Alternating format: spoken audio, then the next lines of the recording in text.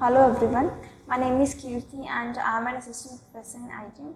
Today I am going to discuss the concept of banker and customer relationship, and this is part 6 in banking and insurance. Definition of a banker. The Banking Regulation Act 1949 doesn't define the term banker but define what banking is.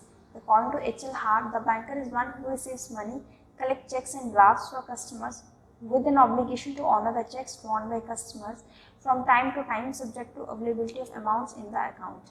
Section 3 of Negotiable Instrument Act 1881 and Section 2 of Bill of Exchange Act 1882 states the term banker includes the person or corporation or a company acting as banker. So we conclude that banker is a person or an organization which provides services to the customers. What type of services have been provided? Like accept deposits, collect checks and drafts, providing loan facilities to the public. Now who is a customer? In general term we can say the person is someone who buys goods and services from a shop or some particular business entity. In banking point of view, we can say a person, company or entity who has an account within a bank is a customer. There is no agreement as regard to the time period of the dealing because it depends upon the person to person how long he want to be associated with the particular bank. A casual transaction like encashment of a check doesn't entail a person to be a customer. Like a person go to the bank and just say I want to just make an encashment of the check. We can't say like he is a customer of the bank because customer is one who has an account with the bank and to whom the bank undertakes to extend business of banking, because banking is also profit seeking organization. So the customer who has an account and from whom the banking earns some profits. So that is the customer of the bank. Now banker and a customer relationship. The relationship between a banker and a customer depends upon the types of transaction. These relationships confer certain rights and obligation both on the part of a banker and on a customer.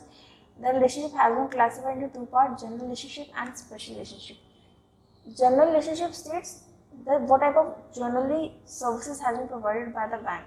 These are the services which are essential. Why the banking is. So these are the services which is necessary provided by the bank to the public.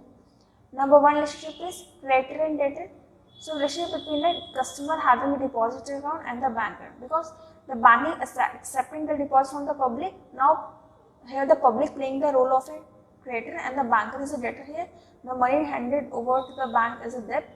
The money once deposited in the bank becomes the money of the bank and the bank uses it in a prerogative basis, because the bank, how the bank uses that money, the bank providing the loan facility to the one part of the public so that they are charging a good rate of interest from that entity, and the depositor remains a creditor, that to an unsecured creditor. Now this is the reversal of the previous slide. Now here the customer avail a loan or an advance, then his relationship with the banker undergoes a change. What it is when he is a deposit holder, because here the public playing the role of a debtor and the bank providing the lending facility to the public. So bank playing the role of a creditor here, and the relationship is a debtor-creditor relation, and the customer being a debtor and the banker is a creditor. Now move to special relationships. Special relationship states that some extraordinary services provided by the bank, because the main services is just to accepting deposit and making loan facilities. Now these are special relationship which has been provided by the bank. Number one is bank as a trustee. Now as per section 3 of Indian Trust Act 1882, a trust is an obligation annexed to the ownership of property and arising out of a confidence reposed in and accepted by the owner or declared and accepted by him for the benefit of another or of another and the owner. Therefore, a trustee is a holder of the property on behalf of the beneficiary. So, if a customer deposits security available with the banker for safe custody, banker becomes a trustee of his customer. The customer is the beneficiary, so the ownership remains with the customer. Bailor and bailee.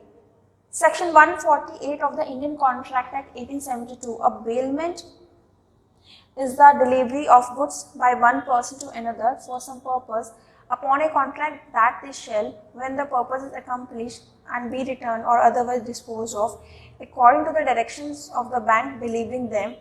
The person delivering the goods is called the bailor. The person to whom goods has been delivered is called the bailee. Banks secure their advances by obtaining tangible securities, in some cases physical possession of security goods, valuable bonds are taken. See, the banking provided the loan facility to the public, Now, how the bank collect the money? They also collect money from the public. So they want any surety and have to take precautionary measures so that the money of the public has been saved. Now, it provided the loan facility to the public, to the other part of the public. Now, how the bank is sure that the money has been saved? So that the bank obtain the pledge or make the collateral security, or we can say the physical possession of the security. So here the bank become as a bailee, and the person who is taking the loan and who is transferred the physical possession of the property to the bank work as a bailer here. So bailee is the person to whom the goods has been delivered, and the bailer who is the ownership of the, who has the ownership of the goods and provide delivery of the goods to the bank. Next is lessor and lessee relationship.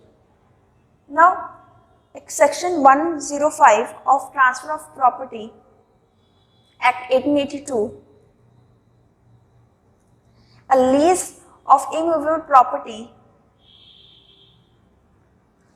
is a transfer of a right to enjoy such property made for a certain time, express or implied, or in perpetuity in consideration of a price paid or promised, or of money in share of crops, service, or any other thing of value to be rendered periodically or on specified occasion to the transferor by the transferee who accept the transfer on such terms, safe deposit locker. So we can say that when a customer hires a safe deposit locker from the bank, the relationship between the bank and the customer is the lessor and lessee, right? The bank is the lessor here, and the hirer of safe deposit locker, the customer, is the lessee here. Next is the relationship between agent and principal. Section 182 of the Indian Contract Act 1872 defines an agent as a person employed to do any act for another or to represent another in dealings with third person. The person for whom such act is done or who is so represented is called the principal. The bank collect checks, bill, make payment to the various authorities, rent, telephone bills, insurance premium on behalf of the customer. Like for example, if I want to pay my electricity bill, I can pay it through internet banking, through debit card, and no need to go to the directly in electricity department. So here the bank work as an agent between a customer and between a particular department. Next is as a custodian. Now, a custodian is a person who acts as a caretaker of something. Banks take legal responsibility for a customer securities. While opening a demat account, bank become a custodian. Now, custodian banks are often referred to a global custodian if they keep assets for their clients in multiple jurisdictions around the world, use their own local branches or other custodian banks with which they contract to be in their global network. So, a custodian bank is a financial institution that holds customer security for safekeeping to prevent them from being stolen or lost.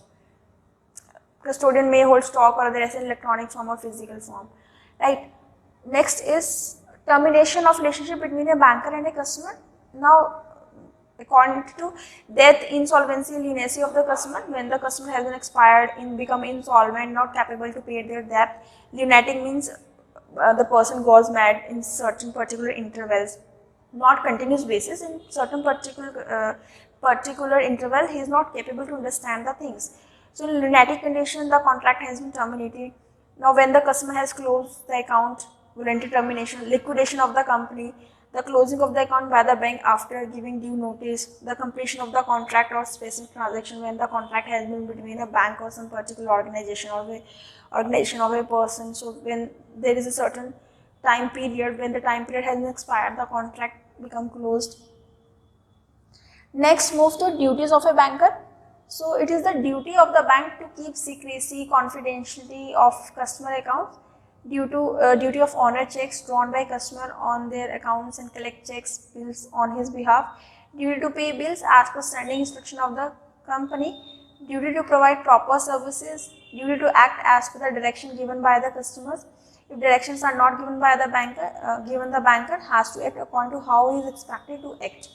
Duty to submit periodical statements informing customer to the state of the account, and article item kept should not be released to a third party without due authorization by the customer. So we can say that Generally, it is the duty of the banker to honor the checks issued by the customer. Duty of the secrecy is another key obligation of banker to the customer. In a banker-customer relationship, due to its confidentiality of the agreement, then